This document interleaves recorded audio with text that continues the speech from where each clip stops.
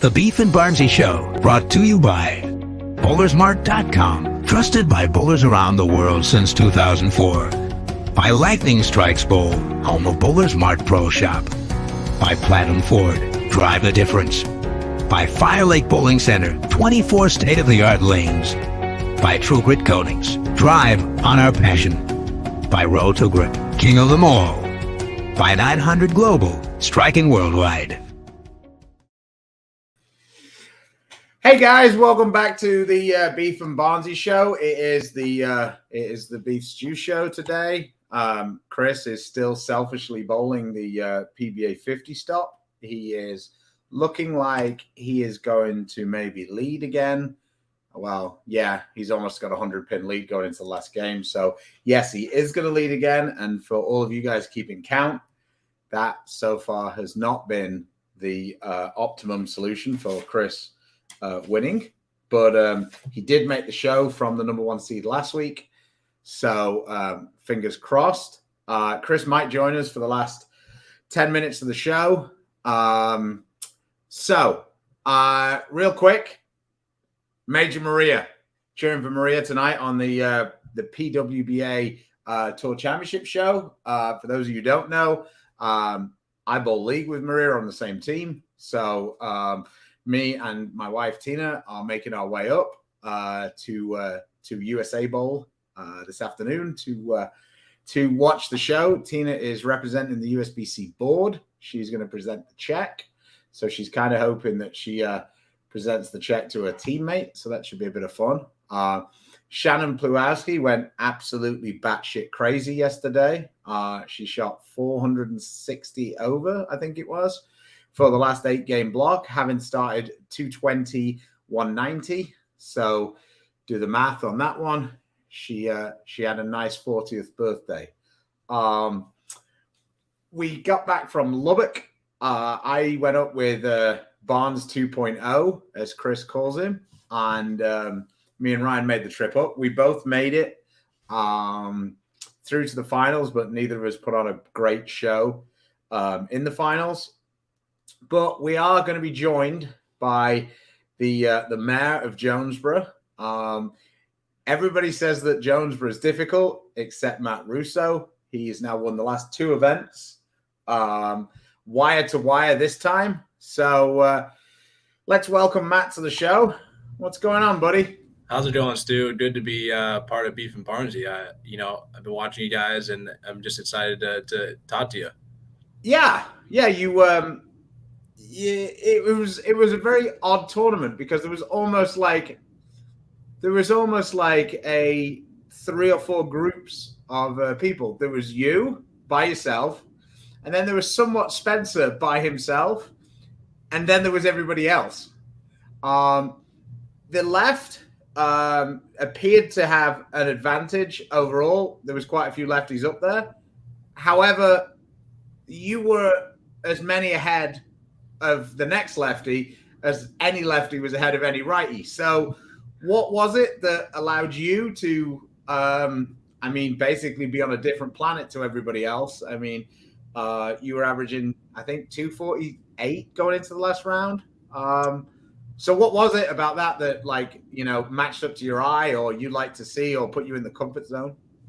Yeah, I think overall in that center, I'm just really comfortable. Obviously, when you win your first title somewhere, you always have confidence going there. But I just think slower ball speed is really what helped. I don't throw it very hard. And I've kind of noticed the last time I bowled there that the slower the ball speed, the less likely it was to wrap a 7. And then I saw my ball kick the 7 out a couple of times, and it went on from there. Really felt like the lanes played more to my strengths than they did to maybe some of the other guys that were throwing it a little bit harder on our side of the lane. I also think they were a little bit different in terms of there was less play on our side, the night squad during B squad versus there was an A squad. So I think just overall across the house, I think I had a better just look at the lane. It was more consistent, and I kind of was able to grind out a couple pairs that I know just weren't very good. And by grind out, he means he shot 220. Yeah, I had a couple pairs. I had a 200. I had a couple 220s. Other than that, averaging 240 for the weekend was pretty sweet. But Purple Hammer got it done. people can say what they want, but ball's just that good. Yeah, no, you definitely. I definitely feel like the slower ball speed definitely helped you. It was kind of amazing because they put the graph up and the pattern was pretty easy. I mean, it was like 4.8 to 1, I think, 4.7 to 1, something like that. And when I watched you bowl with what you were doing with the ball, I could exactly see the picture that was on the wall. When I threw my fucking ball, I could not make it look like the picture on the wall. But that was the same for some of the lefties also. I mean, Spencer obviously bowled pretty well. You and him basically buddied up for the entirety of the finals. It just looked like you were able to create so much more area than he was. And I was bowling with Eric Jones the last block, and I was like, what would make you think that throwing it hard's a good idea? And he goes, well, Spencer's bowling well as well. And I said, yeah, but Russo's averaging 10 pins a game more than Spencer. And then he starts one game off, and I thought your brother-in-law was going to lose his mind, Nick, because Eric threw one. He had the front three once he started throwing it, kind of mimicking a bit what you're doing.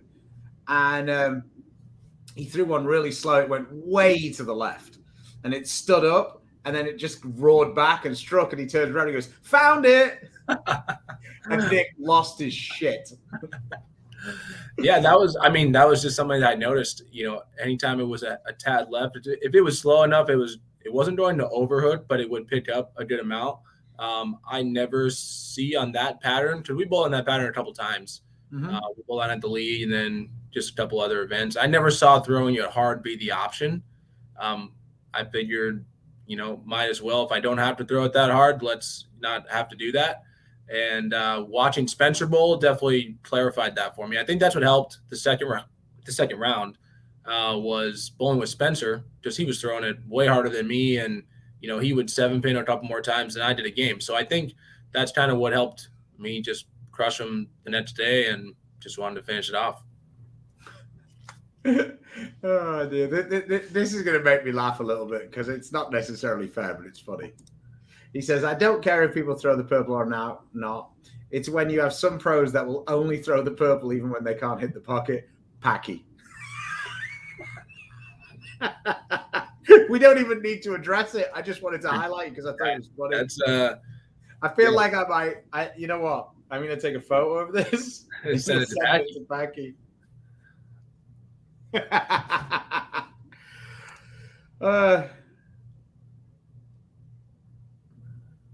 Stu, really starting to hit the ball on the downswing. Any suggestions on P? Not sure. Not necessarily trying to. I'm just trying to get my hand in a different spot. So, unless you're talking about yourself, and then you'd have to send me a video. I was just gonna say there is that comment in there. I was going to. Always curious about thumb in two-handed release. Seems like you make it harder. So fun story. You had a little bit of an agreement with Tommy Jones, right? Yeah. Him and Dom and Eric. Yeah. And then what did Dom say to you when you won? I don't exactly remember what he said. He said something along the lines of, well, that screwed up the rest of the career. Now you won't take your thumb out of it. Yeah, they told me we were bowling chameleon match play last year at the World Series, and they were like, you're not going to win with your thumb in it. Ball roll's not early enough. And I said, okay, I'm going to keep it in. I'm going to win. And I looked at Eric before last year. We were bowling the show, and I said, Eric, I'm going to win. And never taking it out. And here we are a year and a half later. Have you actually tried with it out? I shoot my spares without my thumb in it. Okay, that's kind of like counterintuitive, I guess. I feel like I hit it harder with my thumb in it, and I'm able to trick it more. Right. So for me to just kind of go right up the back of it and go straight at something, it's easier without my thumb. So I think it's just a lot easier that way. Yeah. So, but that's what I'm saying. Have you like played around with it at all? About trying to? A little bit. Just, practicing it. People ask me like, hey, let's see one without your thumb in it. And I mean, my axis rotation's got to be about 10 degrees. And to me, it looks like there's about 200 less on it. So. Yeah. I mean, I guess it's all about figuring out the timing of it and stuff. Because Eric Jones he's switched from having. I did hear that. I did hear he said over the long run, it'll help him out. I think you were saying that he told you that over the long run, it'll help him out. Yeah. I mean, I just feel like it's whatever you think is more comfortable. Because realistically, you don't put your thumb like as far in it as a traditional one-hander. Like you're kind of like somewhere between smallwood and a one-hander. Absolutely, yeah. So, just what feels comfortable. Yeah, it's just like a kind of a security blanket almost, like just to feel like you've got something on it. So I think for most people, your most famous moment will have been earlier this year. You want to talk us through it a little bit about how you saw it with the whole Rash incident, or is it like, because for those of you who don't know,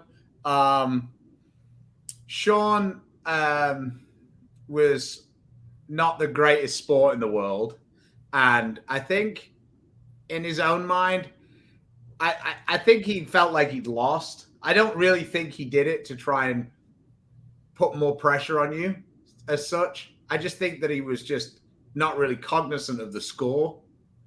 And he got all up in his feels. Did you feel like that because it obviously affected your preparation a little bit for the shot, because you don't expect a guy to start just like yelling and pointing at everybody in the middle. Talk us through how that went down. Yeah, I mean, I honestly, I was sitting there and I had just left the 2, 4, 7, 8, 10, whatever, that's 5 count, the frame before that, and I made it. And I was just like, okay, if he doesn't strike or whatever, you got a chance to win.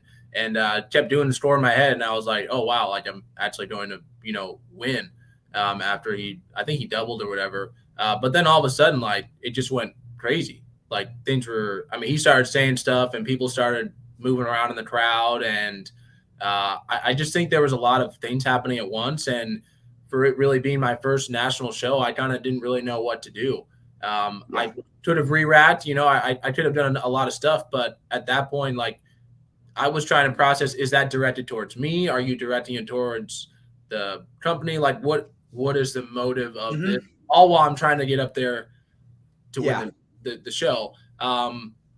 Do I think it was personal? I think it was personal in a sense of because I was throwing a purple hammer, and the company that I'm with. So I think that that aspect was personal. Do I think he meant it to affect what I was doing? Probably not. But I think because there was a lot of craziness, I think that's really what was the biggest thing that caught me off guard. And I probably should have re-wrapped, the shot clock was going down. I could have just took the fine, whatever. But there was so much going on that Tom Clark stood up. There was just so much going on. And I was actually stood right next to Tom, and he was pretty frustrated by the situation. And then of course it doubled down. It doubled down, of course, when you had the open. And you could see Sean's face of like, oh shit, like what am I going to do now? Like he was getting his frustration out. And I think in his mind, he didn't even really, I don't even think he really realized that you needed like 9 or whatever it was that you ended up needing. I think that's a good point. I think that everybody talks about, staying in the moment and all the rest of those, cliches. And I think the thing with it is that's all good and well in theory, but in practice, it's a lot harder to not think about the end result. Like, it's just how you can like compartmentalize it, I guess. You know what I mean? Because it's only human when the guy doesn't put any pressure on you to think, oh shit, I'm going to win. Yeah. Like that's just a human reaction. And the match wasn't over. Like, I still had to go. Yeah, that's another thing. I still had to go. Like, if he would have said it all when it was done, sure, absolutely. Say your thing. Look like however you want to look on TV. That's fine. I personally would have had less of an issue with the whole thing is if he was doing it to try and get in your head. I would have had way less of an issue with that because to me, I'm like, I'm not into everybody like bro hugging, dapping it up after we're done. Like, it's war as far as I'm concerned. Like when you're going out to bowl, and like I have no issue with the trash talk back and forth. I think, to be honest, the shows would be a lot more interesting if everybody wasn't like almost clapping each other when they get a strike. Yeah. So the thing that, from my point of view, like as a fan and watching it and as an athlete playing, I didn't necessarily have that much of a problem with it. If he'd have just been chatting to you, it was the way that like he like empties the ball return and all the rest of it. That part of it, I didn't think was necessary. But I think that it's I think you coming out and being so honest about, talking about the issues that you had with making the shot, I think it's good for younger players to understand because we've all been in that situation, bowling our first show, but not many people have been in the situation where something so weird happens on the first show. And like, in 3 years' time, if that happened and you've got 10 shows or 15 shows under your belt or whatever, you're just going to take a deep breath. You'll probably go back. You'll take a drink of water and you'll just reset. And then when the PBA sends you a fine for the shot clock, you're like, yeah, get real. Look what just happened. And they're going to go, yeah, you're right. Don't worry about it. Like, that's literally the direction it's going to go in. Like, if Sherman still has a house for how many shot clock violations he had, then they obviously didn't charge him for all of them. Like, so, it's just hard when it's your first show. Like, I think I was so caught up in like, wow, I'm gonna win. I think that was more of like I'm running the ladder, my first show. I'm about to make the big show, and all in a matter of a couple minutes. The other hard thing is if you watch the show back, like I had never missed a pocket on that lane in probably 2.5 games. Yeah. So, ultimately just going to go up there. I was like, well, my ball's going to get 9 regardless. Like I just felt like that was the better lane. And I've talked to people and I was like, okay, how bad was the shot? Was it awful? Like just something to know. And I've gotten mixed feedback, I would say. What's been the general consensus? You just decelerated on it a little bit? They said it just it would have been a little bit slow. Not like super, like not slow enough to where it would have gotten 5, I guess. I just don't know.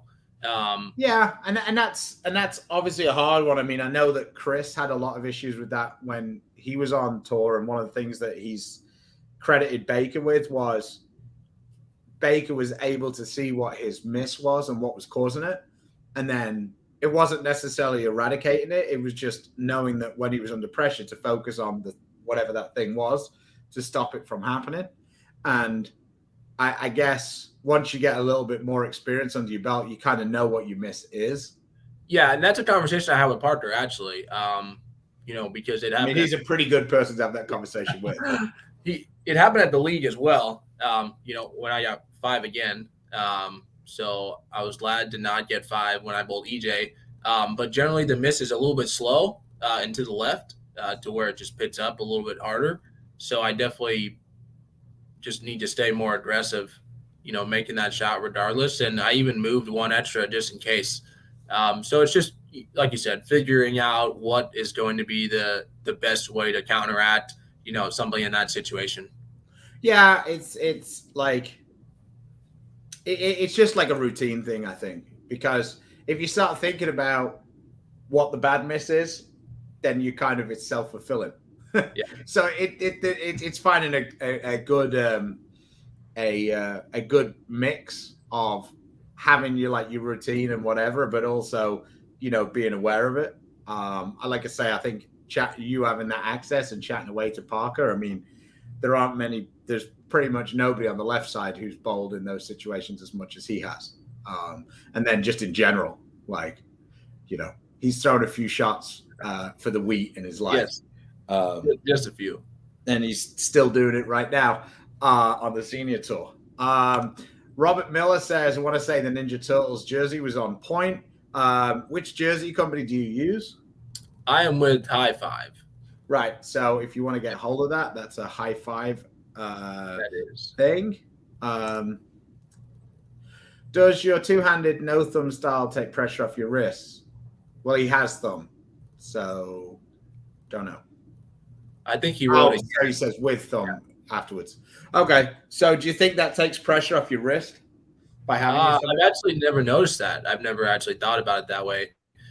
I think it really allows me to. Go ahead. Go ahead.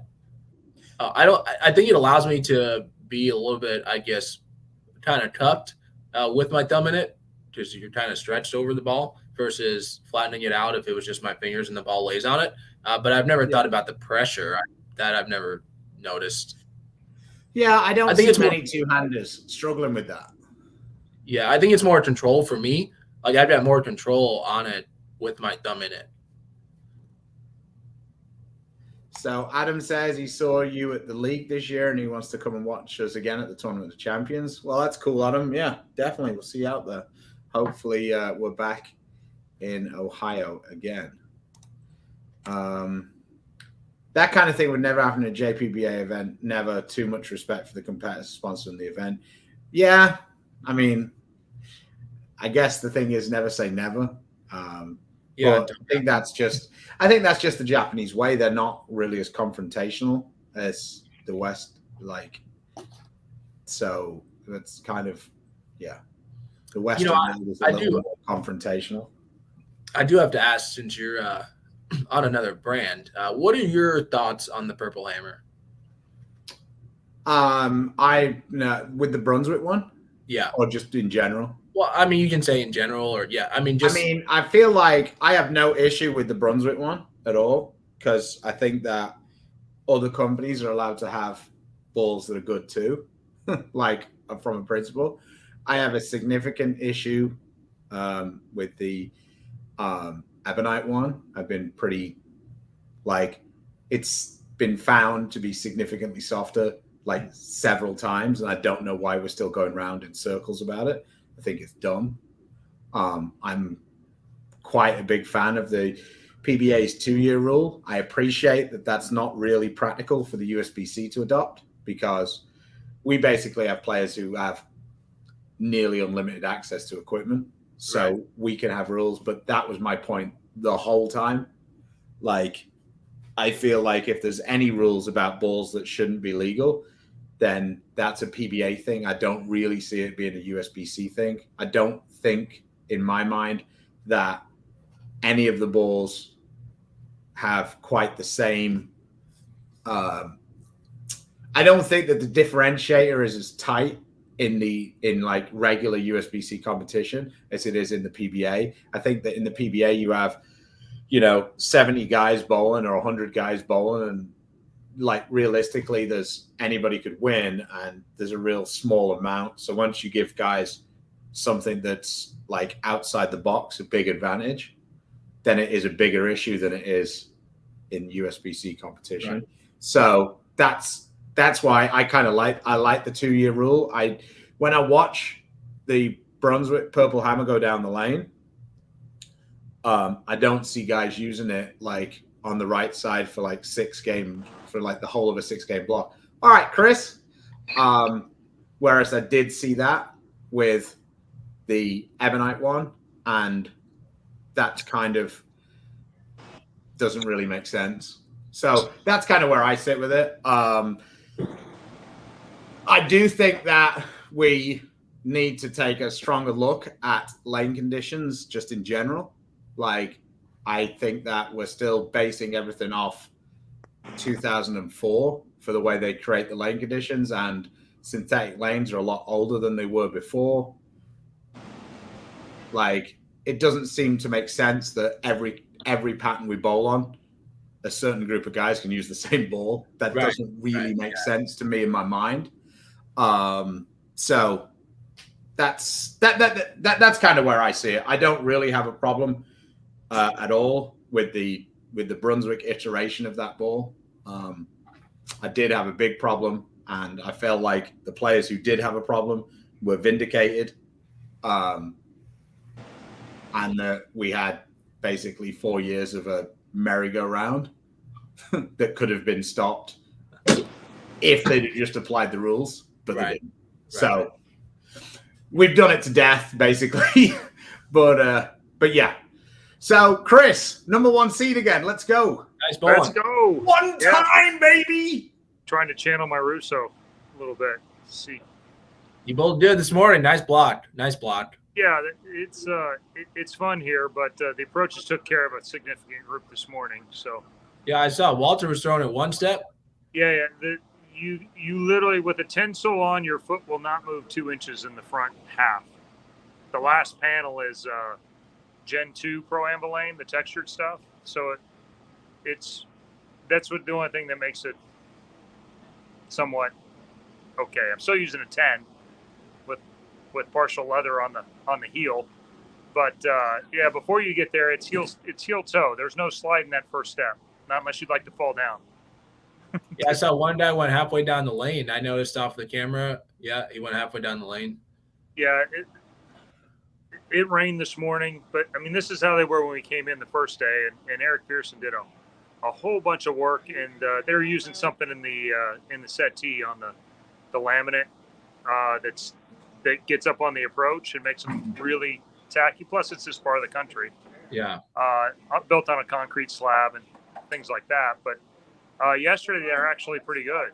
And then today we walked in, and between the temperature being 20 degrees cooler and rain, and it's a little messy.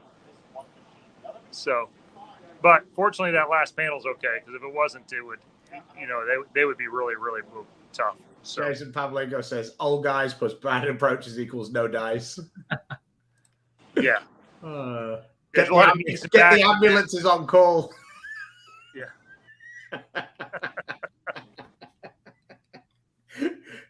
Hess might be the guy in the best shape for the next week, because he couldn't play this week because of injury. Yeah.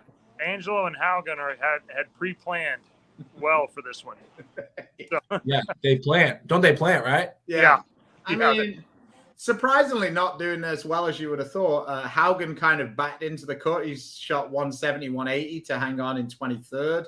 Angelo, 247 the last game. I guess it didn't really make any difference. He was in because the cut was like Tony Franklin was 9th at 360 and he bowled 260. Yeah. So Angelo moved in the last game and a half. And so once he got to the right spot, he played right early and then went in. And once he got in and kind of got it figured out, he bowled pretty good. As much as I love you, Chris, if my man Warren Eels is playing you, I'm on Team Warren. Yeah. No, I think he's 3rd. So he's actually 5th now, looking at it. Okay. Well, he's got to bowl Parker then, probably. Yeah.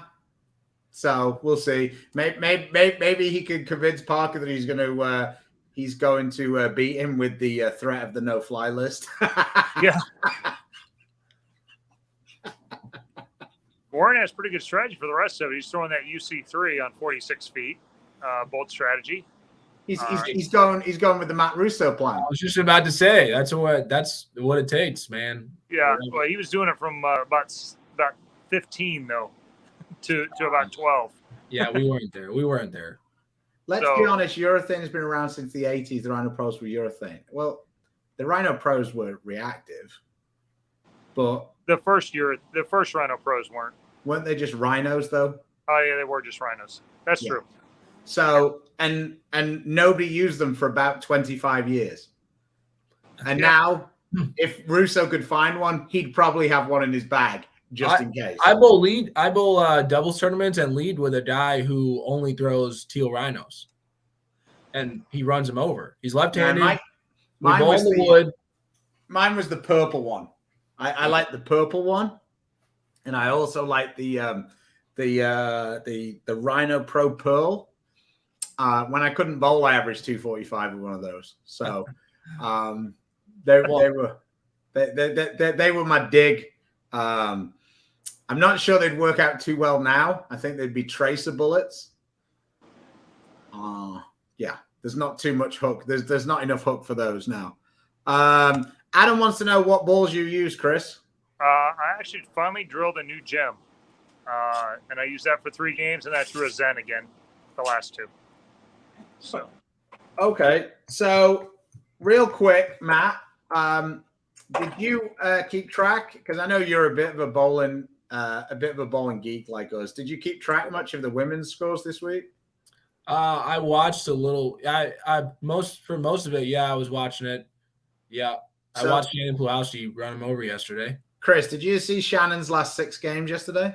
I did see. I saw Andy Patterson's post. 267 win, 256 win, 300 win, 244 win, 297 win, 276 win. And the 297 was a pocket 6, 8, 10. Yeah. Yeah. Yeah. It was disgusting. Like that's an old school Plujahowski. Yeah. Plujo right there. She put on the old Cujo, the Plujo move on him. Yeah, I mean she bowled 130 over and went 3 and 5. She bowled 196 over and went 6 and 2. I don't actually know whether they re-oiled in between blocks on the first day. That's the one thing I wasn't sure about. Looking at the scores, it feels like they might not have done, but I don't know. But yeah, it was unbelievable. Like Stephanie Zavala kind of had the same sort of deal. She bowled 1640, 1970, 1760. So that's what made me think that maybe they didn't re-oil, because she absolutely crushed them the second block. She had 1970 and she had 190, 170 in the middle. That's a hard place to strike that much in. Yeah. Did you see Jordan? Jordan had 12 wins in a row. Oh, nice. She won 12 in a row dating. Yeah, she won like the last 6 and the first 6, and then she finally lost. Yeah, she went lost. I believe Shannon O'Keefe wrapped up Player of the Year by making the show. Yes. So that was congrats to her. I will say if the left holds up to how it was during qualifying, I think Plowski wins back-to-back. Well, I mean, it depends. If it's how it was the first block of the match play, then she probably isn't, because Maria shot, I think, what did Maria shot like 1230 the first 5 games. I mean, Maria bowled 240 over the first block, and Jordan Richard bowled 1581. So, I mean, and then the last block, Jordan Richard bowled 255 over. So it seems like the conditions have been all over the fucking place. Like, if you didn't know, you would think they've laid out 3 different patterns. Now, they might have done, because they don't tell anybody anything. So, but I don't believe they did. I think it was just the one. It was just the one deal. Yes, they did. I believe they went to it because they couldn't get wood pins, was what I'd heard. I don't know if that's in any way true, but that was the story that I'd heard. Yeah. I mean, to be honest, in that place, as tight as they are down lane, twisters would probably help there. But yes, I was talking about Shannon O'Keefe. Sorry. Not about the big run, no. Plowski's when he put that up there, that was. Yeah, Plowski went crazy and O'Keefe won Player of the Year. So yeah.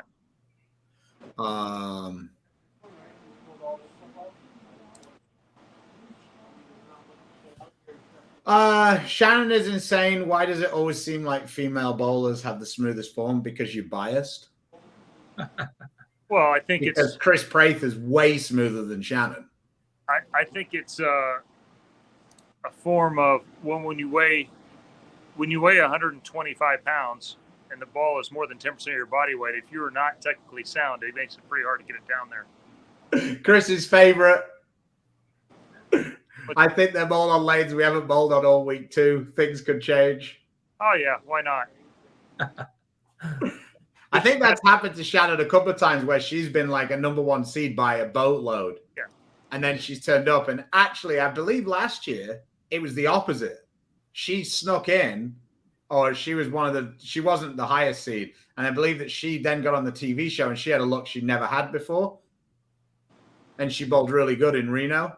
If they bowl on 9 and 10, I think it is, or 11 and 12, one of those two pairs is disgusting.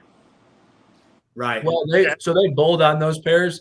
Those are pairs they use. So I think they're using like 1 to 5 or the low end. Yeah, I think it's one of the two because they had the drape set up. It looked like so unless they were moving it or whatnot, they could either bowl on the low end or the really high end. Yeah, I'll take a picture for you, Chris. I'm going to the show tonight. There you go. Yeah. No, I think it's always a great idea. If you could do that and then make sure that all the higher seeds get no practice so they really have – it could be it seems like a good strategy. I don't know what'll happen, but my guess is that the people at the bottom win a lot.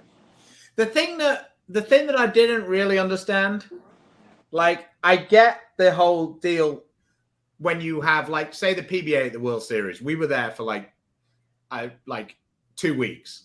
Yeah. So we had multiple TV shows in between bowling. Right. But I don't really understand like the logistics of it here because they finished bowling on Monday early on. Yeah. And the show isn't till Tuesday night. So they didn't really need to do that. Like they had most of the day yesterday and all day today to get everything set up. So is that just when the TV slot was, and so they? No. I don't mean that. I'm not saying they should have bowled yesterday. I'm saying that having the TV set up before wasn't necessarily a problem, like it is in some places. Like in some places, like they want to get the TV set up because there isn't that much time from when we finish to when the TV show goes on. Here it's like 36 hours almost. Yeah, it wasn't 4 hours; it was 30 hours till they got done. So yeah, so that's all I was like talking about. Like it didn't make as much difference. Anyway, let's quickly hear from our sponsor, and then we'll come back to wrap the show up. This is Gary. He has a small home service business, but a small business and a small fleet still offer some big challenges. Fortunately, Gary found Pinnacle GPS, and with a click of a button, Gary not only learned where his vehicles are, but instantly knows what they are doing. Gary was delighted to find that he had live web-based mapping, real-time tracking, as well as a 2-year history on each of his vehicles. Gary could instantly be aware if they are moving or idle, whether the ignition was on or off, and the vehicle speed, direction, and distance. To learn more about Pinnacle GPS, give us a call. We look forward to the opportunity to earn your business. So thank you again to Pinnacle GPS for the continued support of the show. If you need anything for your business, if you're struggling to understand what you need, give us a call. I can direct you to the man in the know. He will definitely get you hooked up. $25 a deal. I paid $250 for the Pro-Am, included a Storm Nova. So there you go. Larry is one of the biggest bowling fans, huge PWBA fan. I felt like $25 was a little steep as well, but yeah. Somebody else saying USA charge way too much to watch the women bowl. Little different deal then. That was on a pair they used all week. That one cost him a little money too. So,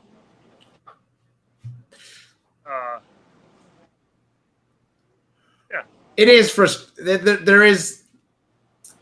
I haven't really been in the situation where I've been miles ahead, and in generally when that happens, it's a left-hander who's that many ahead. Like just as a general thing. Right. So I can understand the frustration because you've already won the tournament, then you have to re-win it, and it feels like you've won it by miles. Like you could bowl with your wrong hand for half the last few games.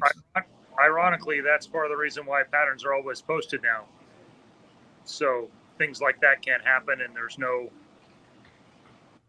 I mean, the problem with it is it's okay saying the pattern's posted, but like you've got no real way of. Like they're not going to let you go up to the machine and go through it. Right. So, I mean, for a while they did that. They had verification on the. No, I know they did, but it just I mean, it's a bit like Haugen's Haugen's got a good story about like he lost 289 to 279 to Pete. You know the show when Pete turns around and yells, "You're not winning your first on me." And then the next week, Pete's ball got weighed and it wasn't okay. Now, Haugen goes, in every match almost I've ever played, I don't think that made any difference. But we had 11 strikes each. You're saying that couldn't have been maybe like, he's like, if the match had been like 220 to 190, he goes, that wasn't an issue. We struck every shot basically. Like, so yeah, that was one of those unfortunate situations. It's a bit like that with the lane machine. After the show gets done, nobody's going to go and check it. How was it at the Summer Swing a few years back? Yeah. Not only that, but SPL, not even HPL. It was a cool venue, though. Yeah. Yeah, I mean, you only needed to change, go down about 4 balls and guess in that in your 15 minutes of pre-show practice. So the one that was the saddest for that was when Jesper won the TOC and Mitch Beasley was a number 1 seed. And Mitch bowled unbelievable. And he basically, I think he went like 21-3 in match play or something. It was disgusting. Like, he just couldn't be beat. He starts one game open. You're like, oh, he's going to lose. Then he struck out. Like, it was just disgusting. And then he goes over there and you watch the warm-up practice and you're like, I can't see any scenario where you're going to win. Like, you are totally fucked. Because they were bowling on that. It looked like they hooked so much, right? Yeah, but he was bowling on a show with like EJ, Dom, Tommy, and Jesper, or whoever it was, Doherty maybe. Yeah. I don't remember. But it was a bunch of guys who hooked the shit out of it. And Jesper, and there was literally not a board on the lane that Mitch could go to where he would be okay. And it was just like, man, that sucks. Yeah. Yeah, that's kind of how it turned out. Yeah, I mean, but I mean, we watched it the day before because we were in the airport when Jesper won, and like we were there, and it's just like, and I think that actually put a lot of pressure on Jesper in that match because you would be blind to not know that you were a huge favorite. Yeah, and it's just like controlling like your excitement because he was only like 21 at the time, I think, or 22, and like controlling that excitement, knowing that like, okay. Just like stay chilled. This is happening. Like, yeah. I'm sure I asked this, Matt, but how did you feel any pressure going back and did you feel like you were defending your title there? Yeah. I mean, yeah, kind of. I think because I had so much success last time, I wanted to have success again. Because it paid the same, I was like, well, that would be cool to win the money regardless. Yeah. I think the most pressure was leading by so many and then having to bowl the finals. That's really what the most pressure was. I was satisfied with how I bowled. And, once I went strike open and EJ potentially could have doubled, I was like, well, he's probably going to bowl 270 again. And, I'm going to take my lumps and, say I had a great weekend and call it whatever. But, yeah, I think there was the most pressure just wanting to finish it off because I led by so many. So, Chris, just a couple of notes from just things that I observed this weekend with Matt. So Matt was averaging 249 going into the last block, or 248 point whatever. And he went in the paddock and he switched out balls, which I thought was pretty ballsy. Yeah. And I go, is that an ebonite purple hammer you brought out? He goes, yeah, I thought I'd see what it did. So he was averaging 248 or whatever it was with the Brunswick one. And then he brought out what, I mean, most people think is the better one for the last round. And I said, really, what's your motivation this? Like, I mean, my motivation would be to get to 300 ahead and not bowl the last game, but I'm an asshole.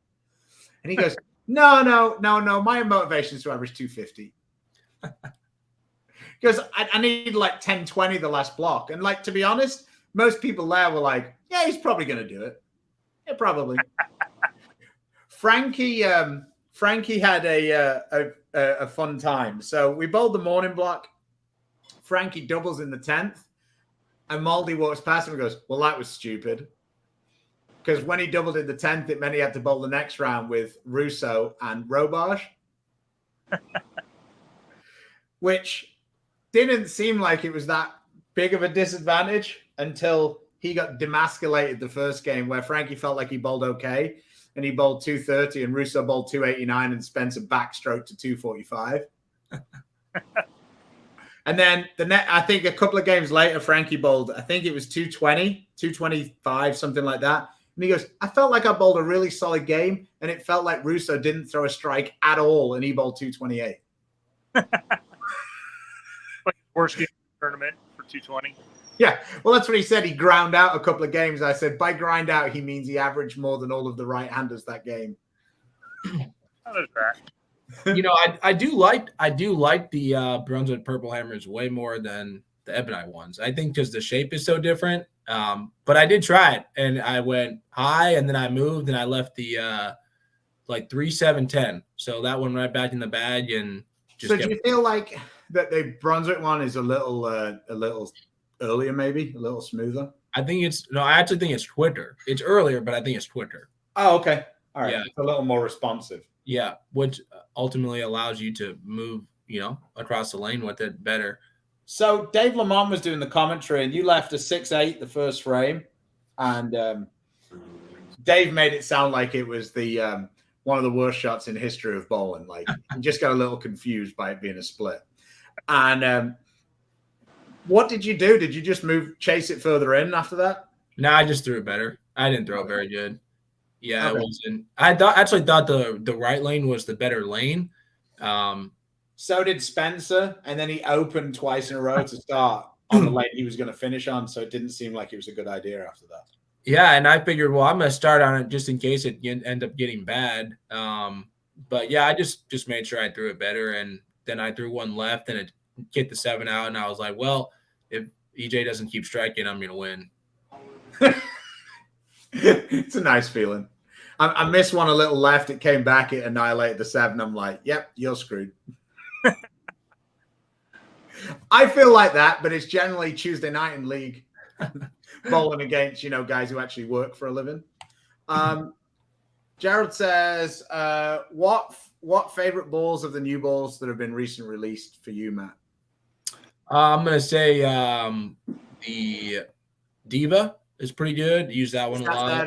What's it called? Like Unlimited or Diamond? Diamond, yeah, Diamond Diva. Yeah, Dom said he quite liked that one also. Yeah, like that one a lot. I do like the Dart Web. I think that one's very similar to the old Web. And the Hellcat. I think the Hellcat's the best DV8 ball we've made since I've joined the staff. Yeah, I haven't seen many people use that one except lefties. So it seems like it's pretty strong. It's strong, but it actually doesn't read the front. So it helps to get through it. And then with shine, you're able to kind of move in and hook it. So I think it's very good. Okay, that's cool. What about you, Chris? Are you what are you favoring of what's recently?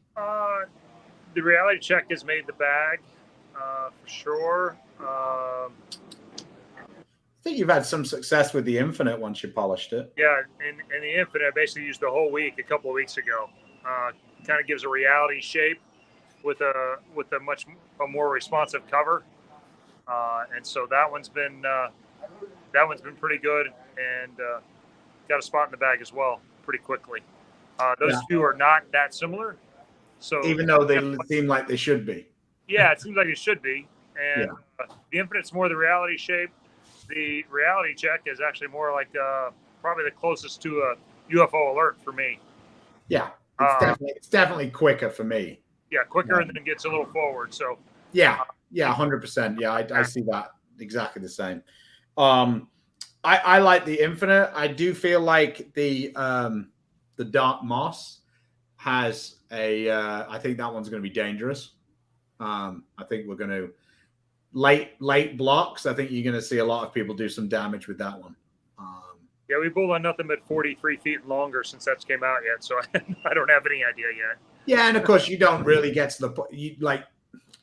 You almost, when the lanes break down for what you see, you almost see the opposite of why you'd ever want to use that ball, because the lanes get more cliffed than they do dry. Yeah. So, like, when the lanes get cliffed, you don't want shiny, quick response balls. No. Yeah. When you move left into the oil, it's a little different than the other tour where I move left into the hook. Yeah.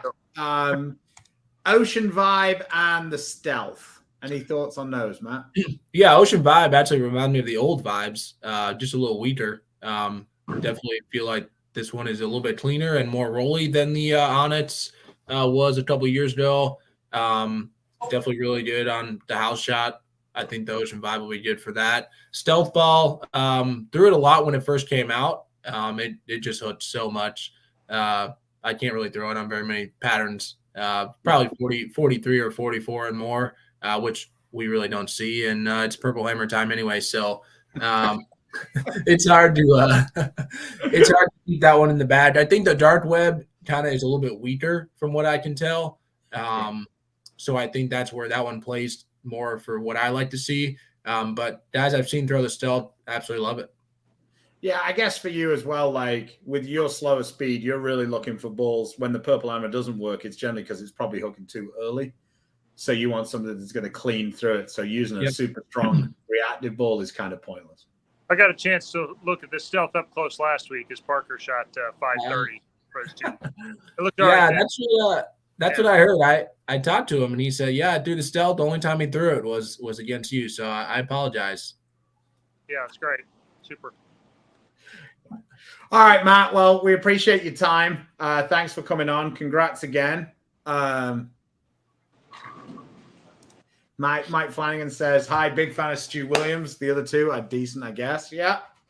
Hey, just playing favorites. It's fun. I'm a big fan of Stu Williams as well. Yeah. Yes. Hi, Flanny. Guys who do live streaming, I mean, I like Stu as much as anybody for sure. You know. Hi, Flanagan. Congrats, Maddie. Hi, Stu. Thank you. So, all right, Matt. Appreciate you.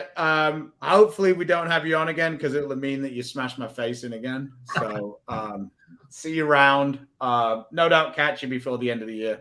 Yes, sir. Barney, good luck. Bowl good. And Stu, I'll talk to you soon. All right. Take care, mate. Bye now. Thanks, guys. Full water. And for those of you, thanks for joining us. And once again, please support the sponsors that support us. Storm, Rotogrip, Niner Global, Coolwick, 3G Shoes, Bowler Smart, Mark Baker Bowling, Vice, Turbo, Fire Lake Bowling Center, Lightning Strikes, Platinum Ford. Oh, yeah. Platinum Ford. Real quick. Got my oil change last week. I saw the Holy Grail. I saw an F-150 Lightning being reversed off the car carrier, whatever you want to call it. Yeah. And the guy who was doing it took a Raptor off. And for those of you that aren't truck people, a Raptor is a pretty high-end truck. And he slammed on the accelerator to take that off, relatively speaking. He wasn't taking his time with that one.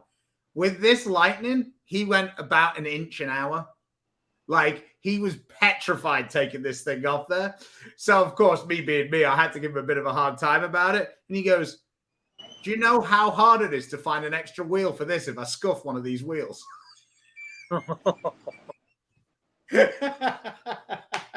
He goes, it's not like I can go and take it off one of the other ones and wait. Fair.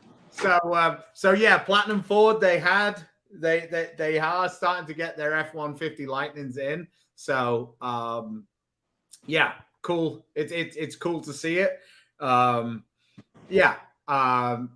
check them out. They are the friends of bowling, to say the very least. So For sure. all right. Well, let's all wish Chris good luck in his match, whoever he ends up taking on.